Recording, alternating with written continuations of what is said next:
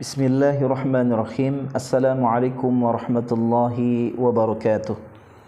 Alhamdulillah wassalatu wassalam ala Rasulillah wa ala alihi wa sahbihi wa mawalah. Wa la hawla wa la quwwata illa billah. Subhanaka la ilma lana illa ma 'allamtana innaka antal alimul hakim. Allahumma inna nas'aluka ilman nafi'an wa rizqan thayyiban wa 'amalan mutaqabbala. Rabbi zidna ilman warzuqna fahma. Allahumma salli wa sallim ala nabiyyina Muhammadin wa ala alihi wa sahbihi ajma'in. Amma ba'd. Jamaah sekalian, marilah kita sama-sama merenungkan sebuah ayat yang tertera dalam surat Al-Baqarah ayat 245, di mana Allah Subhanahu wa taala berfirman, A'udzu billahi minasyaitonir rajim. Man zalladhi yuqridu Allah qardan hasana fayudha'ifahu lahu ad'afan katsirah wallahu yaqbidu wa yabsutu wa ilaihi turja'un.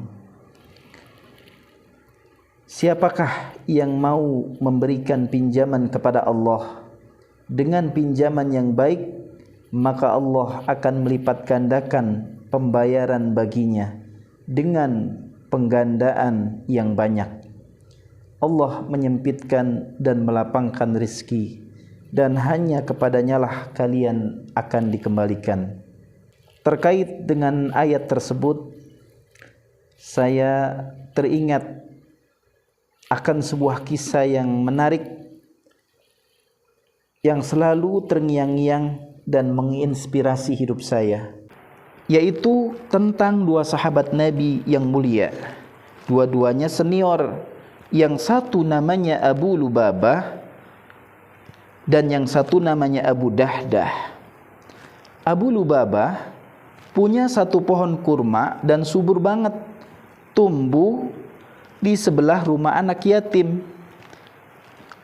Kondisi pohon kurma itu sedikit miring ke arah rumah anak yatim itu karena saking rindangnya dan banyaknya buah kurma, sehingga berjatuhan di pelataran anak yatim itu. Dan yang namanya anak kecil, diambillah kurma itu dijadikan sebagai cemilan. Abu Lubabah tahu kurmanya dimakan anak yatim tersebut, akhirnya mengadu kepada baginda Rasulullah sallallahu alaihi wasallam, ngelaporin anak yatim itu. Ya Rasulullah, ada anak-anak ngambilin kurma saya tidak terima. Rasulullah tidak tahu kalau itu anak yatim. Lalu anak-anak itu dipanggil menghadap Rasulullah sallallahu alaihi wasallam. Ketika ditanya, kenapa kalian makan kurma itu? Oh, kami kira kami punya hak di situ karena kami anak-anak yatim. Barulah Rasulullah SAW tahu ternyata itu anak yatim. Langsung Rasulullah mengatakan kepada Abu Lubabah, Ya Aba Lubabah, maukah kamu punya pohon kurma di surga? Gimana caranya ya Rasulullah? Wakafkanlah pohon kurma itu, maka Allah akan menggantikan dengan satu pohon kurma yang kalau kamu berjalan di bawah naungannya 100 tahun kamu belum keluar dari bayang-bayang naungan pohon tersebut. Saking rindang dan besarnya pohon-pohon yang ada di surga. Mau gak kamu dapat pohon kurma di surga dengan wakaf pohon kurma di dunia? Apa kata Abu Lubabah? Ya Rasulullah, itu satu-satunya harta yang aku punya. Bahasa halus dari menolak. Intinya dia tidak mau. Karena dia tidak mau, Rasul pun tidak marah, tidak memaksa. Lagi pula Abu Lubabah ini adalah ahlu Badar. Dia veteran perang Badar, yang mana Allah memberikan garansi, lakukan apa yang kamu suka, Allah maafin. Ya Rasulullah, itu pohon satu-satunya aku punya. Oh ya sudah, kata Rasulullah, silahkan pulang saja. Begitu Abu Lubabah dan anak yatim itu pulang, Abu Dahdah datang, "Ya Rasulullah, tadi saya nguping mendengar percakapan engkau dengan Abu Lubabah. Ngomong-ngomong, kalau saya yang melakukan, apakah saya mendapatkan apa yang engkau janjikan itu?" Kata Nabi, "Tentu kamu dapat apa yang Allah janjikan." "Oh ya sudah, baik, terima kasih." Lalu kemudian Abu Dahdah tersebut pergi dan dia mengejar Abu Lubabah. Dari kejauhan Abu Dahdah memanggil-manggil Abu Lubabah, "Ya Aba Lubabah, ya Aba Lubabah." Abu Lubabah pun menoleh ke belakang.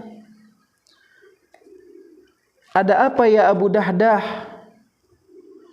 Kamu tahu enggak kebun kurma milik saya di Madinah?" Siapa yang tidak tahu kebun kurma milik Abu Dahdah?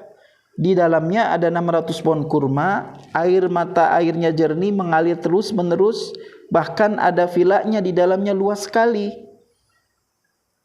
Kebun kurma yang paling subur, kualitas kurma yang paling baik di kota Madinah. Siapa yang tidak tahu, memangnya kenapa? Kata Abu Dahdah, "Mau enggak kita berteran nih? Tukar guling. Kamu kasih pohon kurma untuk anak yatim itu, aku kasih kamu kebun 600 pohon kurma lengkap dengan segala isinya." Kata Abu Lubabah, "Serius? Beneran ini mah?" Kata Abu Dahdah, "Oh benar, ini enggak main-main." "Oh ya sudah, boleh kalau begitu." Subhanallah, tadi ditawarin surga Abu Lubabah itu, dia katakan harta satu-satunya milik saya, yang saya punya. Tapi begitu ditawarkan 600 pohon kurma dengan segala fasilitas mewah yang ada di dalam kebun tersebut, dia langsung mengatakan setuju dan deal. Begitu terjadi akad persetujuan antara keduanya, maka Abu Dahdah datang ke pohon kurma itu dan dia mengatakan kepada anak-anak yatim, "Wahai anak-anakku, mulai sekarang pohon ini adalah milik kalian, makanlah sesuka kalian." Kemudian setelah itu Abu Dahdah membawa Abu Lubabah ke tempat kebunnya. Lalu dia melihat istrinya sedang mengumpulkan buah-buah kurma yang jatuh ke tanah bersama anaknya. Abu Dahdah berkata, "Wahai istriku, wahai anakku, keluarlah dari kebun ini." Istrinya bertanya kepada suaminya Abu Dahdah, "Kebun ini sudah aku jual," kata Abu Dahdah. "Berapa kamu jual? Kepada siapa kamu menjualnya?" Abu Dahdah menjawab, "Saya menjualnya kepada Allah, dan Allah lah yang membayarnya dengan surga yang lebih baik dari dunia." Apa kata istrinya? "Robahta ya Aba Dahdah, robahta ya Aba Dahdah." Itu baru untung ya Aba Dahdah. Itulah jawab istri Abu Dahdah. Lalu kemudian istrinya keluar, dia enggak minta ditalak. Mentang-mentang karena kebunnya dijual, dia langsung minta diceraikan. "Wah, kalau begini ceraikan saya, pulangkan saya ke orang tua saya." Dia tidak mengatakan begitu. Ini istri soleha, akhirat lebih ia cintai daripada dunia.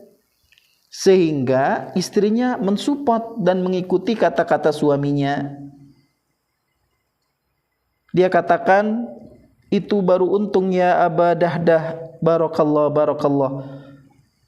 Lalu ketika Nabi mendengar apa yang dilakukan Abu Dahdah, Nabi pun mendoakan keberkahan bagi keluarga Abu Dahdah, dan ternyata Allah ganti nikmatnya di dunia dan di akhirat. Dia tetap menjadi orang kaya di dunia, bahkan semakin bertambah hartanya, bertambah berkah, tumbuh terus tumbuh dan terus bertambah, dan di akhirat mendapatkan kebun-kebun kurma yang setahun dikelilingi malaikat Jibril belum selesai. Itu baru depan pohon baru pinggir-pinggir pagarnya, belum lagi masuk ke dalam-dalamnya.